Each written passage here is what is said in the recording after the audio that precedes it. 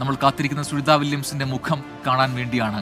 നമ്മുടെ അഭിമാനം ഇന്ത്യൻ വംശജ എന്ന നിലയിൽ നമ്മുടെ അഭിമാനം സുനിത വില്യംസ്. ഏറ്റവും കൂടുതൽ നേരം ബഹിരാകാശത്ത് നടന്ന ബഹിരാകാശ സഞ്ചാരി ആര് എന്ന ചോദ്യത്തിന് ഇനി PSC ചോദ്യത്തിൽ പോലും നമുക്ക് ഉത്തരമെഴുതാം. സുനിത വില്യംസ് നമ്മുടെ ഇന്ത്യയുടെ അഭിമാനം. ആ 63 മണിക്കൂറും 20 മിനിറ്റും എന്ന അവരുടെ ചരിത്ര റെക്കോർഡ് അല്ലെങ്കിൽ ചരിത്ര നടത്തം അത് പൂർത്തിയാക്കിയാണ് ഈ തന്റെ മൂന്നാം ദൗത്യത്തിൽ അവർ മടങ്ങി ഭൂമിയിലേക്ക് എത്തുന്നത്.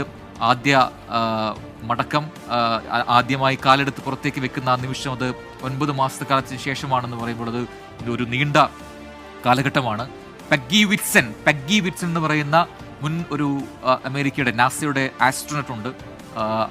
അവർക്കാണ് സുനിതയ്ക്ക് മുകളിൽ ഏറ്റവും കൂടുതൽ കാലം ബഹിരാകാശത്ത് തങ്ങിയ റെക്കോർഡുള്ളത്. 675 ദിവസം ആകെ.